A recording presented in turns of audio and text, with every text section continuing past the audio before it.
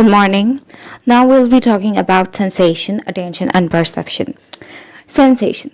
What is it, or what does it mean?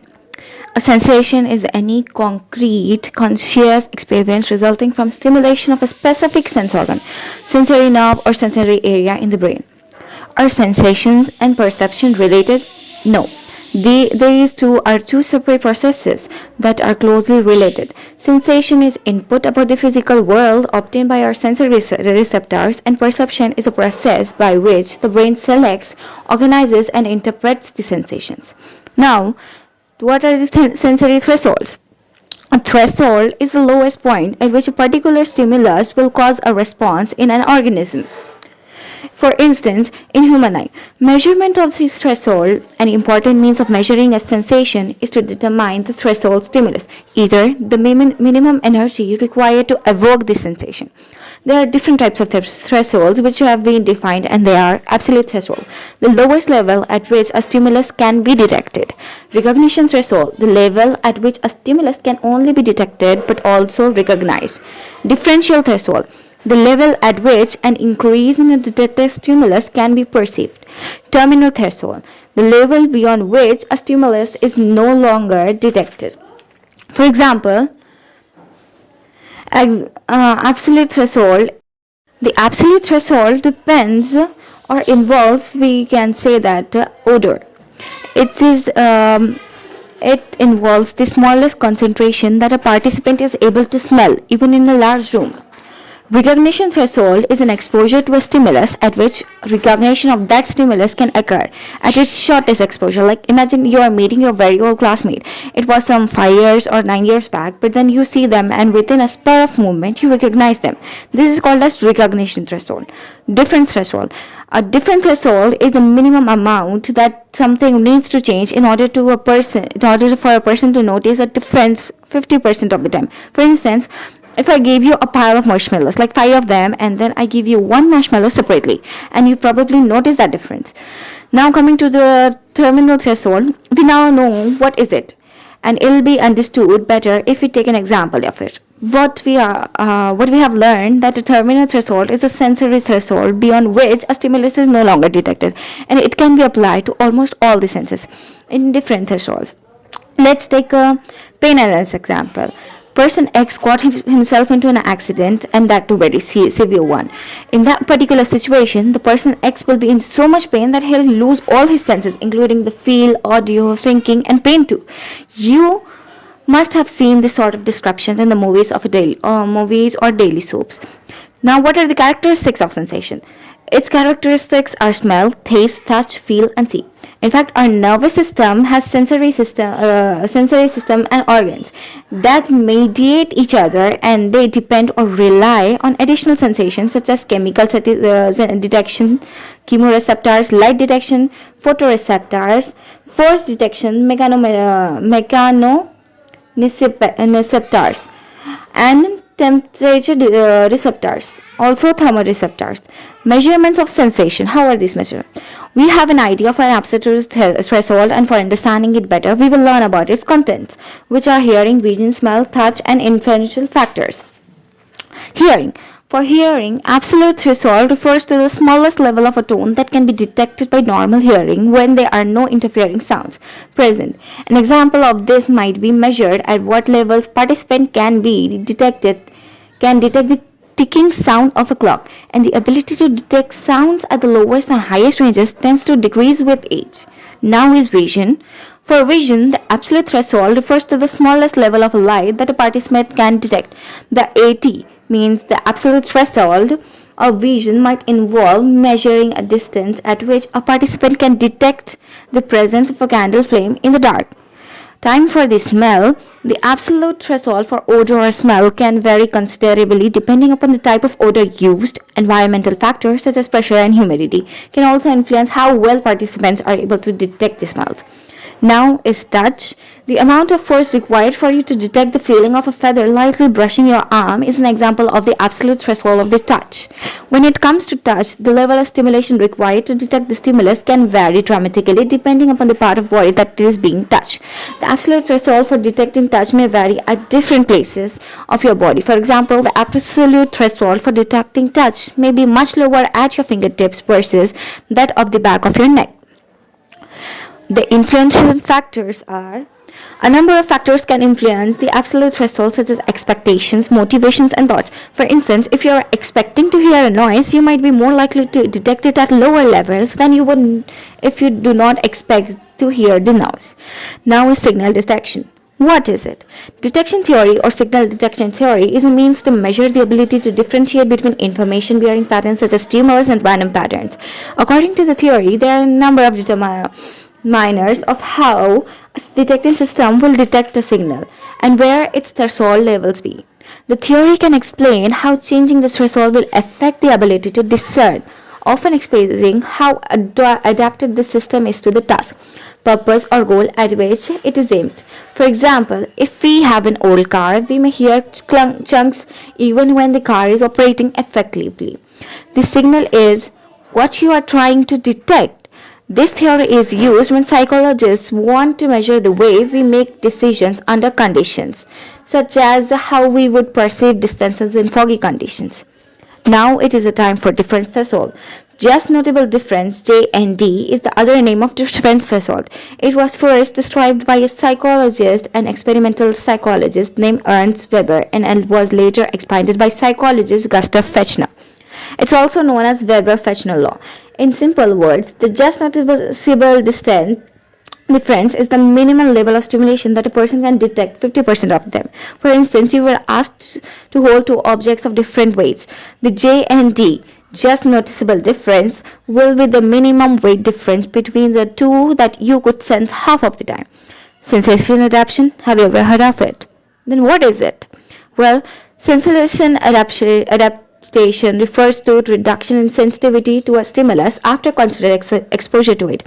In simple words, we get used to that particular stuff. For instance, you go to a lively concert and at that particular time you find it very loud. But after a while you suddenly notice that it is not that loud. What else can it mean? It means your mind or body has adapted to it. Your mind or body has prepared, adjusted itself according to that particular place. Now, how do this work? It works through many factors such as smell, touch, audio, etc. You are first exposed to such condition at first. Stimulation or sensitivity is high, but as the time passes, your sensitivity to the stimuli decreases. Now it is time for attention. What is it? What attention means? It is notice taken of something or someone regarding it as an interesting or important.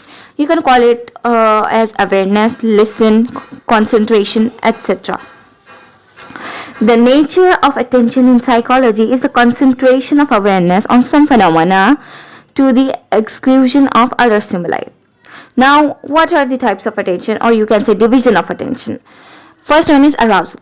Refers to our activation level and level of alertness, whether we are tired or energized. For example, arousing a child through a video game. Now is focused attention.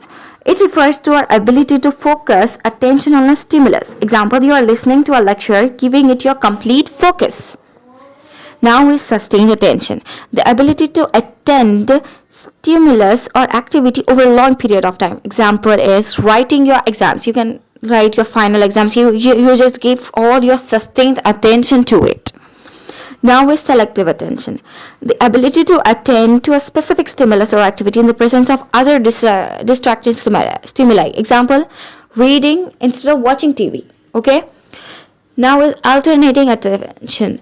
The ability to change focus attention between two or more stimuli. Example, driving and changing the directions at the same time by checking the rear view mirrors. Okay? This is now divided attention. The ability to attend different stimuli or attention at the same time. Example, writing on the blackboard while dictating the contents written in the book. The concept of attention is the behavioral and cognitive process of selectively concentrating on a discrete aspect of information, whether considered subjective or objective, while ignoring other perceivable information. Means it is the kind of behavior of a person that selects something to give its attention to, whether it may be subjective or objective, ignoring all other things that distracts him. What are the aspects of attention? They are span, division, shifting, distraction, and fluctuation. What is attention span, in fact? The length of time during which one is able to concentrate or remain interested in. Example, a child who just got a new toy.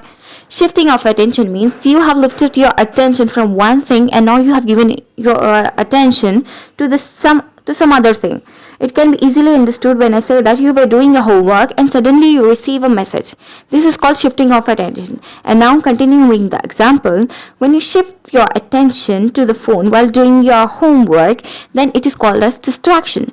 Means you are distracted or your attention is pulled while doing work.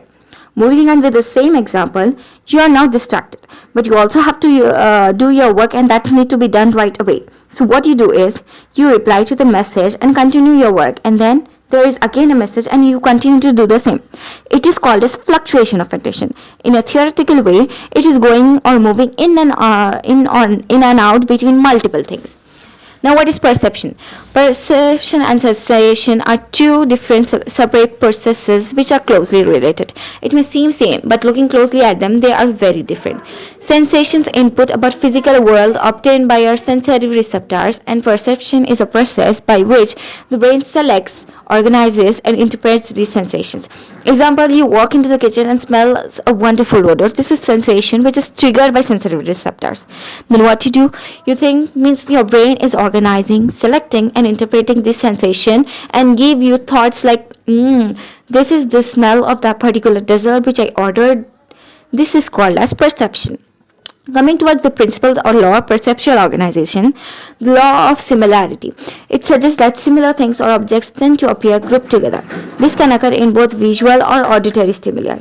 Take an example of a bunch of fruits and vegetables. You can classify them by naming their groups, like fruits and vegetables. This was a visual example. Now about audio.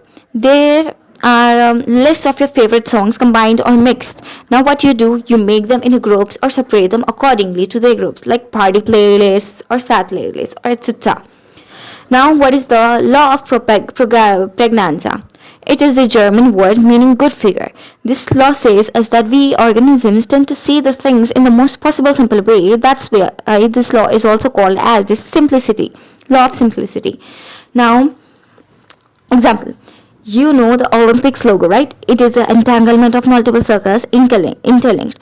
You see only connected circles, but it ignores the entangled lines. Means your brain ignores all the entangled lines. You see that circle, the entanglement of circles in the most possible simplest way. Okay? Now where's law of proximity? This law states that things near each other seem to be grouped. For instance, there are benches in your class and it is classified into group A, B and C. The starting ones are back to back, so they are called as group A. Now there is some space left in between, and then again there is a starting of new rows of benches. It is a group B, and so it carries on for C2. Now is the law of continuity. This law holds that points are connected by straight or curving lines are seen in a way that follows the smoothest path. Example, the lanes of trains, instead of seeing them as separate, you see it as one smooth way. Now is law of closure. According to this law, things are grouped together if they seem to complete some entity. Our brain often ignores contradictory information and fill in gaps in the info. Example, there are some lines or dots due of some shapes. You can call it a rough sketch. By seeing it, you can determine it is that XYZ shape. Why? Because our brain fills that empty space in our mind, which was left on the paper or canvas. Now is the law of common region. It states that the elements that are grouped together within the same region or space tend to be grouped together. Example, there are multiple sizes of ovals next to each other and multiple sizes of squares next to each other. Then it is automatically grouped together. Means our brain automatically groups them together. Now, these were the laws or principles by Gestalt. What is perceptual constancy? Also called as object constancy or constancy phenomena. The tendency of animals and humans to see familiar objects as having standard shape, size, color, or location regardless of changes in angle of perspective, the distance, or lighting. Example, you see snow on the ground in the night time, you can recognize it as snow. When it is day too, you can easily recognize it, even though these two are completely opposite conditions. The lighting and angles are very different. What is the depth perception? It is the visual ability to perceive the world in three dimensions coupled by the ability to gauge how far away an object is. Depth perception, size and distance are ascertained through both monocular, one eye, and binocular, two eyes. Meaning, depth perception is a way to measure or determine the depth, size, and distance of a certain object. For human eyes, it can see in 3D. Now, the depth perception is classified into two. Monocular meaning one eye and binocular meaning two eyes. Monocular views only require the use of one eye and can be presented in two dimensions.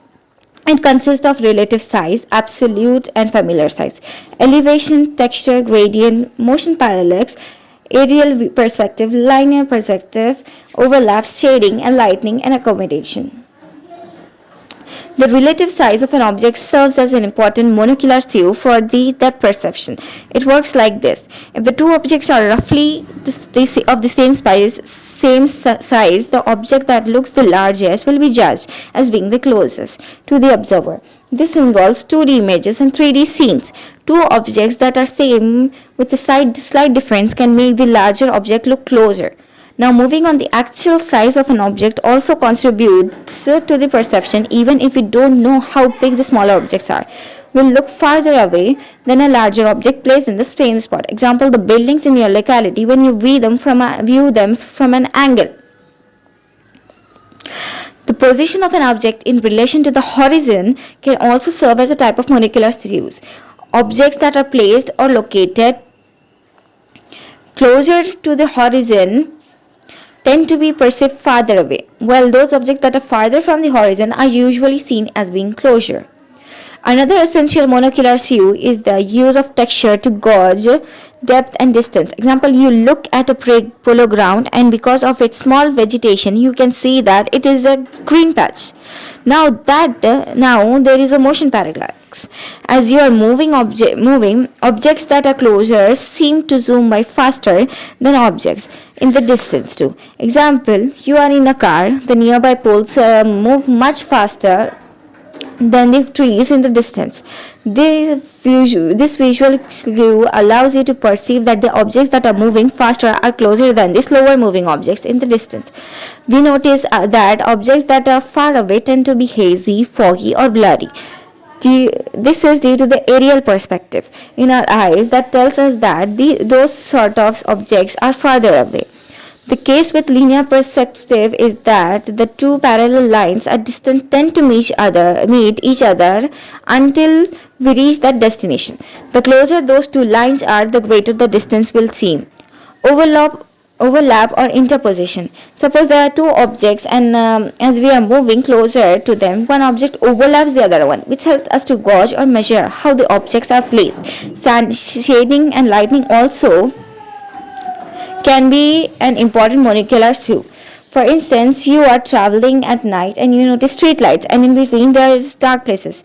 Objects that are lighted seem to be closer than the objects that are in the dark. In order to focus on close-up objects, certain muscles in your eye contract, altering the shape of your lens. So what happens is, when you are looking at far objects, the same muscles relax. This accommodation can serve as a monocular cue, even though we are unaware of it. What are binocular cues? They are information taken in by two eyes. This can happen with only one eye too. But what your brain does is, by taking this info from right and left eyes of yours, it creates a 3D interpretation of the world. This cue gives us natural ability to determine where in space an object sits relatively to our own body. Movement perception. It is a process through which humans and other animals orient themselves to their own or others' physical movements. Humans move in search of food that itself often moves. They move to avoid predators, in search of living spaces, etc. There are many kinds of movements, and type of it is visual movements. There is a movement in our retina to capture the objects. It can only be possible if there is a movement in our eyes. For instance, movement in frog occurs when it sees a fly. This is triggered by its receptors. With visual movement, there comes visual stability. The retina continues to move to capture a moving object as to keep it stationary in our eyes and to avoid any blur. The retina fixes itself according to conditions to help our vision. Now there is autokinetic movement. It was observed by Alexander I in 1799. The autokinetic movement, what occurs is that when you concentrate on a point, even though it is not moving, you see it as moving. This occurs due to visual frame of reference. Coming to the movement after effects. It arises when movement detectors in the brain that responds to the original direction of motion become fatigued, leaving predominant those detectors that respond to contrary movement. For instance, you sit on a swing and then step out of it. What do you feel? You feel like the ground is moving. This is called as visual after effect. The perceptual selection is driven by internal and external factors. Perceptual organization includes factors that influence how perceptions into worlds are patterned. The internal factors include personality. Personal traits influence how a person selects perception. For example, some people tend to select details which is shown by outside, like what color is the person's hair, etc. Motivation. The human nature is that they select things that they need in current moment. They favor the current needs and tend to ignore what they don't need now. Experience.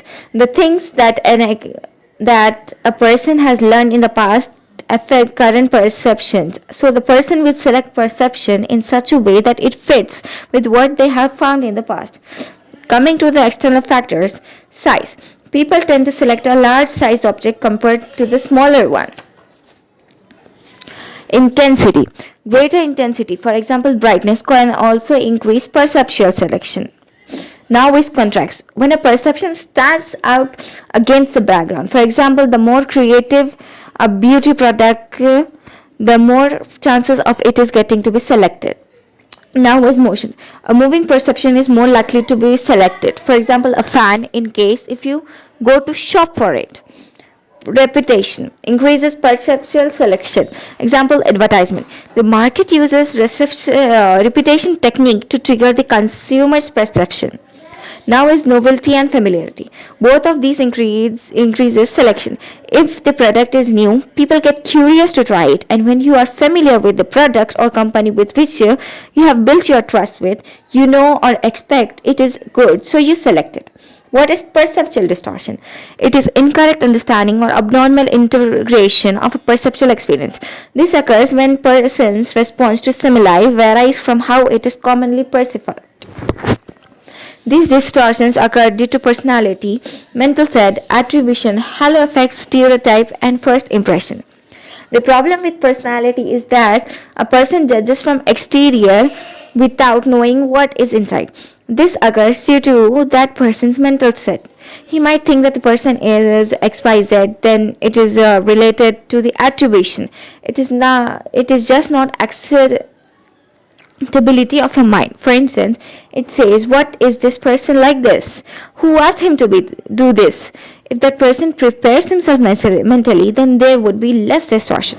Coming to the halo effect, it is a judgment based on a single striking characteristics as an aspect of speech or their dress, etc. Now is stereotyping. It is a judgment based on one person's background, from where that person comes from or what group he is in. Last is first impression. It is very common for other people to evaluate others on the basis of first impression. It may be correct if it is based on significant and adequate evidences. Now is illusion and hallucination. Illusion and hallucinations are very different when we study them keenly. Illusions is an instance of a wrong or misinterpreted perception of a sensory perception. In simple words, it is a false idea or belief. Example, you are exposed to a blinding light outside your house, and when you come into the house, you still see the light. This is illusion. Hallucination is a perception of having seen, heard, touched, tasted, smelled something that wasn't actually there. This occurs due to mental instability or by drugs. Example of it is feeling like something is crawling under your skin or listening to music when the radio is turned off, etc. Extrasensory perception or ESP, also called as sixth sense, claims the reception of information not gained through the recognized physical senses, but sensed with mind. In simple words, it is something that most of people don't tend to have. For example, telepathy.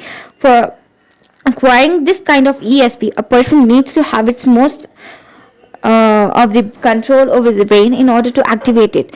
This type of technique is about training your brain to get what you need. It can be used by child psychologists or kinds of psychologists who knows the technique to activate our subconscious memory power.